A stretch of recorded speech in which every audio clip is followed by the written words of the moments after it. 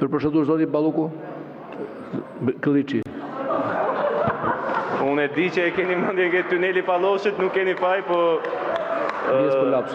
e di, zonja Balluku ka një merit në fakt që na ka shpik një mikrotoponim të ri, tuneli Llogaras nga sot quhet tuneli Palloshit, kështu që ka një merit madhe. Ky lapsus i kryetarit të Kuvendit Niko Peleshi prodhoi të qeshura në Kuvend, duke i paraprirë debateve të forta nga opozita në adresë të zëvendës kryeministres Belinda Balluku. Shpjegim vote, jo aksion kundër vote. Hape kohën. Një ditë pas publikimit të dosjes së SPAK për tunelin e Llogaras, Sali Berisha vendosi në karrigen e Edi Ramës në parlament një foto ku kryeministri Rama shfaqej me zëvendësen e tij Belinda Balluku në Turqi. Doktor Berisha pas vendosjes së fotos i komentoi ato me fjalë, duke përdorur marrjen të pandehur nga SPAK të zëvendës kryeministres Belinda Balluku për shkelje të barazisë në tendera gjatë ndërtimit të tunelit Llogaras. Mjafton të lexoni edhe ju një zonja ju, edhe do të jeni të guximshme, se do pësoni fatë e ti, mjafton të lexoni ju.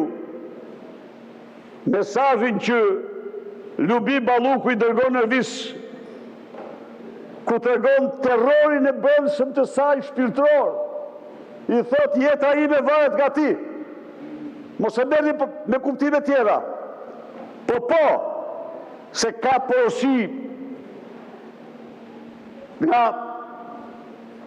Ramaduro, që o tunelin o dhe qërohesh. Akuzat e opozitës për zonjën Balluku socialistët i kaluan në heshtje, por ngritën kartonat e kuq dhe rrëzuan kërkesën për një mocion me debat për çështjen e tunelit Llogaras, që ishte kërkuar nga grupi parlamentar i Partisë Demokratike. Edhe jurisprudenca e gjykatës kushtetuese ka theksuar se kontrolli parlamentar përfshirë dhe interpelancën duhet të zhvillohet në mënyrë që të mos cënojë pavarësinë e pushteteve të tjera dhe të mos ndryjë në veprimtarinë që janë objekt i procedurave gjyqësore apo hetimore në zhvillim. Referuar objektit të kërkesës paraqitur, konstatohet se ajo lidhet me një çështje aktualisht në hetim nga Prokuroria e Posaçme kundër korrupsionit dhe krimit të organizuar, SPAK.